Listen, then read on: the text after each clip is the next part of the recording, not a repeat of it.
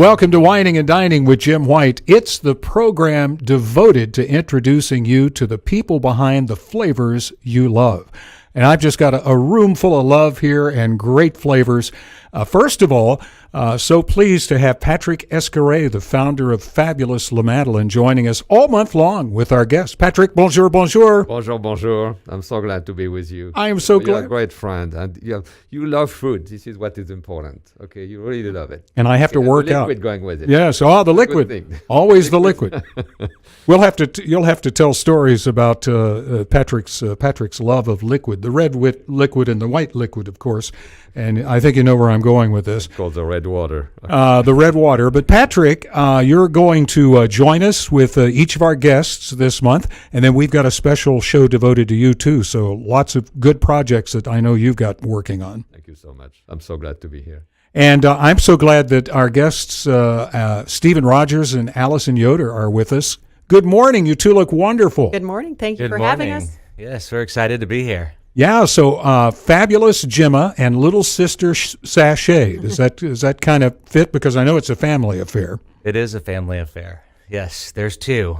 Yeah. Well, you have two boys and two restaurants. Two boys and two restaurants. Yeah. That's perfect. We're busy. Yeah. Well, I've been wondering about that. How you managed to schedule all of that. We haven't managed that yet. We're learning as we go. Really. Work in progress. Well, let's talk a little bit about Sachet, and then we'll get to Gemma, because I guess Gemma has now 5 years? It'll be 5 on December 26th. Okay. Yeah, Okay. This year. We need to celebrate that. I think we 5 should. years. Yes, Patrick, I wish you had brought the red water with you. Red water, I tell you. Let's do it. Let's plan something fun. Okay, we will. Anniversary, right? Well, congratulations on that, and just all sorts of things come to mind. But Sachet, what was the inspiration for that? Stephen? I think, we thought a lot about vegetables, vegetable-forward cooking, trying to cook more like we do at home, which is probably more vegetables, more olive oil, probably less butter and all the rich stuff. And, that was really the focus when we were choosing to open Sachet, and we kind of focused on the whole of the Mediterranean so we could be inspired by the different flavors and different spices. There's a lot of similarities between all the Mediterranean countries, but also each country has kind of its own identity as well. So I had read somewhere that you all said to maybe it was Mike Hiller or somebody like that, kept asking you guys, "Were you going to open another restaurant? You going to open it?" You kept saying, "No, no, no, no, no, no, no." He asked me that. And I said, so. "No, we're not," or something. And So what changed your mind? oh my gosh, I don't know. We it's. I don't know. I guess I'll never say no. I mean, I think we've wanted to do another restaurant. There's always that risk of, okay, we did one, now should we do two? And we had the kids, and When you have the kids, you have one kid, and they say, "I need to have another kid." yeah, And exactly. by the way, it becomes a big family after that. It's a big family, and at the end of it, okay. and in the heart and soul, we love restaurants. We love the creative side. We love coming up with concepts and design, and we're part of the whole design, preparation when we open restaurants. So that's a huge excitement for us. We love the place for lunch and dinner. And we've seen you all there being very attentive, taking care of the place and guests and running the front of the house. And I guess you're looking in the back of the house while you're dealing with the front of the house when you're there and not at Gemma. It's amazing. Sure. Dynamos. But the question is, what's the difference between lunch and dinner? Is there does the restaurant transform in the evening when the lights go down and the candles come up? Or? I think so. I think, at dinner time, we're surrounded by windows, and we have these patio doors that open up. There's a lot of light in the space, but at nighttime, you don't have that natural daylight. So it's a different atmosphere, and we do, turn down the lights quite a bit. I think at lunchtime, you get all that natural bright light, and it just feels open and airy. And, and lunch is a different affair, I think, for most people than dinner. I think lunch is often kind of more of an in and out experience, and dinner people maybe linger a little bit longer. And so, Allison, you really got a lot of wine experience when you guys were in Napa Valley. And so, of course, you're in charge of not only the operations of the restaurant, but the wine list. What are the challenges involved in that? Talk about your wine lists at Sachet. Yeah, Sachet was a very difficult wine list. You know, when Stephen and I decided to do Mediterranean-inspired cuisine, you know, that's when we both spoke about, do we do 100% Mediterranean wine list, or do we add some domestic Cabernet from Napa, where we lived for 7 years? And, you know, that was a long process. It took about a year to put the wine list together, and we decided to go, it's about 95% Mediterranean. There's some domestic wines, but they are on tap. But they're Mediterranean varietals that are either Texas or California that we feature on tap in kegs, if you will. So it was a challenge because I really didn't know anything about Lebanese wine, Israeli, or Greek wine. You know, I knew Italian and French and Spanish. So challenging, but at the same time, very educational for all of us. And it wasn't just me putting the wine list. Obviously, it was Stephen. He has a lot to do with the wine list as well. And at the time, we had Richard Patino. He's my general manager. He helped us put that together in the very beginning stages. And then we obviously have Cameron. He's our sommelier and wine director now, and he's kind of taken the lead. And he's really blossomed and actually expanded the wine list. But after 5 years now, you know what people like. Yeah, you know, it is about that, putting a wine list together. You can just satisfy the demand this way. You know, I'm not a sommelier, and I was never trained, and this was all just through years and years of working in the restaurant industry. I've never sought out to be a sommelier. It was just the experiences of working in New York and Napa and learning, and I've worked in Italian restaurants and, you know, all kinds of different styles of restaurants. So learning through different chefs and sommeliers themselves have taught me. But I think having a good wine list is obviously knowing what people like to drink. It's not, you know, it's not just about, you know, we need this or something. You know, I think it's a balance, you know, on what people are looking for. One of the hallmarks, one of the real raves that I hear from people who are talking about both your restaurants, be it Gemma or Sachet, in relation to wines is, wow, they're not overpriced. It's a good price. It's reasonably priced. Talk a little bit more about that and why you thought that was important. That was our initial idea with Gemma when we moved here 5 years ago, was to have a wine list that was approachable and with all different prices, and we didn't have a huge markup. You know, there's a lot of steakhouses in Dallas, and they always say the markup, there's a 4 or 5 time markup, you know, and we were never about that, even at the restaurant that, when I worked at Press Restaurant in St. Helena, we started that, 10 years ago, you know, with the wine prices, and everybody was, a lot of restaurateurs and restaurant owners will say, well, we need to hit our margins. We need to make our margins, you know? And, you know, I wanted people to buy wine. I wanted them to drink wine, you know, to be accessible to the general public. You call your place, in fact, home. In a home, so you need to give them the feel that it's like in a home. So yes. It's too expensive. I mean, they're not going to. They won't drink wine. That's right. They won't take wine, or they go somewhere else. I don't drink wine when it's too expensive. I like value when I go to a restaurant. This is very, very good approach. Indeed. And we applaud you because you're serving Thank you. in the right glassware too. So yes, important. Which most restaurants overlook. And the temperature's right on the red wine. Come on. Indeed. That was a pet peeve of mine. Hot red wine. No. Oh, that's great. Yeah, let's store it up over the stove. There's plenty of room up there. I'm devastated when I see that. I order white wine in restaurants because of that. Yeah, let's stick it in the freezer. It's plenty cold. It'll get chilled in there. We'll chill it for 10 minutes. Steve, how does that process work? Allison touched on this, but I mean, you kind of know what your menu is, and then you guys get together at the beginning of the week and kind of talk about new dishes and what wines are going to really work with that and so forth. Sure, we're always bouncing ideas back and forth. I think about not just food, but cocktails and the wine. I do have to kind of brag about Allison bringing in Turkish wines. Ah. Because when we were looking at all the countries in the Mediterranean, Turkish wines were very underrepresented in the state of Texas. And so Allison kind of reached out, and she worked some magic, and she got these wines brought into the state. So now we can enjoy great Turkish wines. But I think along with that, we Patrick has an important phone call. It could be the President Macron. We don't monsieur. I apologize for that. looking for advice. How do we get Paris back to normal, Patrick? Right. Oh, no. Be there. Be there. That's another conversation. Right. Paris back to normal. Go ahead, Stephen. Yeah. Sorry.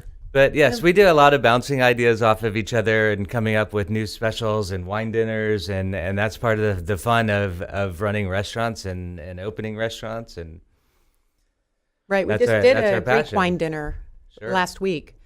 Gavalas from Santorini. What- The owner came, and the winemaker came, and so he paired all of the food with the Greek wine. So that was our first wine dinner at Sachet. Yay! It was Wow. Now, do fun. you plan to have those on a fairly regular basis? We do them on Mondays because we're closed, as well as Gemma. So Gemma and Sachet are closed on Monday.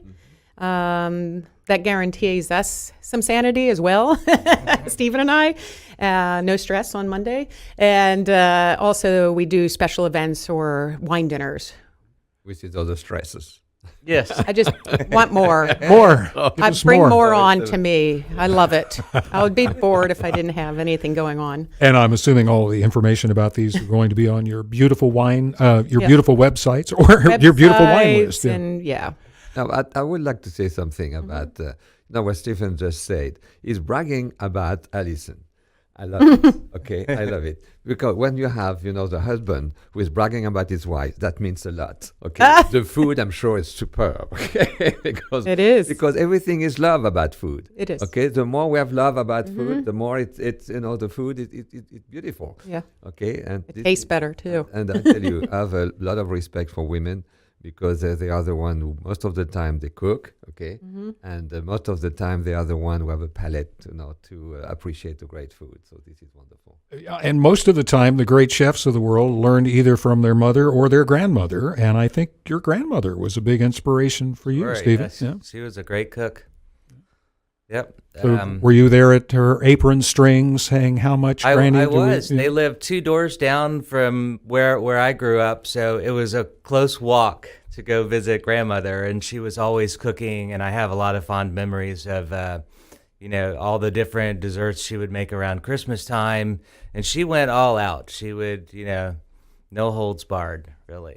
Was she your inspiration to kind of spend more time in restaurants and things like that? Um, Because I want to get the background on how you became a chef. It was The long not the story. career direction that. No. It's not what we No. planned, right? At the time, I don't think I knew that I wanted to be a chef at an early age, but I definitely, got a love of cooking from her, and she would share recipes, and I would want to go home and take part in cooking, and I liked to help my mom cook, and my mother did not like to cook at all. So, That's perfect. Mom, come over. We're make dinner for us. Well, you are a trained classical musician, a pianist.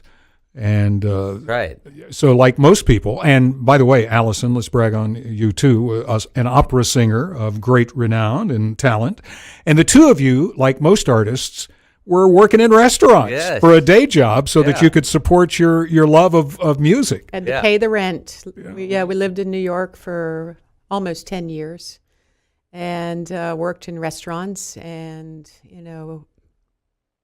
went all over Europe to sing and play and, lived in Italy and, had an amazing experience doing it. But the restaurants kept drawing you back. Kept drawing us you back. They did. We were excited, I was, every time I go to work, I'm like, I'm having a lot of fun here, and felt guilty about it, and I was a singer and I loved both, but, very similar. I tell you, a restaurant is a play with a theater. It It's is. a theater, They always say, okay? why So is it's always- so different? yeah, I'm like, we're not at always all. playing with the crowd, we're playing with the people, playing with Sure. the food, it's a play, okay? And the show always goes on, even though something might happen in the back or somebody calls out, we're still, Do you sing smiling. sometimes at your restaurants? I'm sorry? Do you sing sometimes at your restaurant? No, Because in Nope. Paris, there's one restaurant with opera singers as they Right. are, they are the waiters right. or whatever and so on, and they sing, at each restaurant. That could be a Monday night wine dinner Oh, feature. no, I'm no, sure. no, no, no. That would Let's be move on to great, another by the way. topic here. That's Well, a whole it- other. No, if you have a birthday, so then you go Yeah. there, and then you think that the opera way. It is a fascinating background. I mean, that's a great, that'd be a great story. I'd love to see the movie of Allison and Stephen, young married, newlyweds, and working in restaurants and singing and music career. But it led to a very interesting experience that you've touched on in Napa Valley at Press, a great restaurant in Napa Valley. And in fact, the San Francisco Chronicle critic Michael Bauer had a big role in getting you to accept your role as an executive chef. Tell us that story. Sure. So I was at Press. I was functioning as more or less an interim chef. We were searching for a chef to fill the roles for somebody who had left in, and I just stepped in at the last minute to help out as a temporary measure. And things were going well. We had a great team of people. And Michael Bauer came in, and unbeknownst to any of us, and Good. We didn't know him. right. He was wearing his disguise. I didn't know I'm him. We sure. had just He moved was. there. I didn't know He who was. Michael Bauer is. I knew of him. I didn't know what he looked like. So Right. yeah. And I would say that I had taken over for maybe 4 or 5 months at this stage. So it was about 5 months in, and out comes a review in the San Francisco Chronicle with 3 out of 4 stars, and my name was mentioned a couple of times in the review as the chef of, and it was almost It was surreal. it was almost surreal. Because he wasn't really planning on being a chef. That was not the goal. He just wanted to learn how to cook. It's a surprise Well, in life, he was you the know? front of the house person. He was a front of the house GM like me. He was never going to be a chef. And when I got recruited to be the general manager at Press, I said, "What are you going to do?" He goes, "I want to learn how to cook. This is what I've always wanted to do." So he was going to go to another restaurant like Red, or remember Martini House with Todd Humphrey? And he said, "I want to go learn with these guys, these great chefs." And I said, "Well, no, you can't leave yet. I need your help at Press with the wine list." I said, "So, give me 3 months to get the restaurant together. I need your help on the front of the house." So he's really taken to it. Well, it sounds like you're grooming the chef for your 4th or 5th restaurant. I hope not. Both music and the restaurant business is tough. You got to love it. Well, there's a reason that I'm always ahead of the game with Open Table to get a reservation at Gemma and Sachet. It's because of Stephen Rogers and your great cooking. Thank you so much for joining us. And Allison Yoder, Thank you. fabulous, beautiful, hardworking husband and wife team, restaurateurs, parents, and great examples to all of us. I Now- may add something. Yeah, yes, oh, of course. It is a great example of love, okay? Love for two people, between two people, love for your kid, love for what you do, singing or playing piano, love for, what you did with your restaurant and so on. This is a wonderful love affair. It is. It Or is. story. Better to say the story than affair, maybe. So Thank you. and you brought a tear to her eye. I did. He is I'm so good at emotional. that. See, you did No, make but me. I think I can You're a feel it, passionate Frenchman. I see he's just made me. I can feel it so well, which is absolutely amazing. Thank you. This is real people. Okay, this is wonderful. And so you have Appreciate real it. food, you have real everything in your life, which Thank is you. absolutely wonderful. Thank you so much. Thank you so much. Thank you very much. Keep up the good work. Folks, remember, if anybody asks you what you're making for dinner, tell them reservations at Gemma and at Sachet, and plan ahead. You can get them on Open Table or phone them or visit their website. And thank you for joining us on Wining and Dining with Jim White.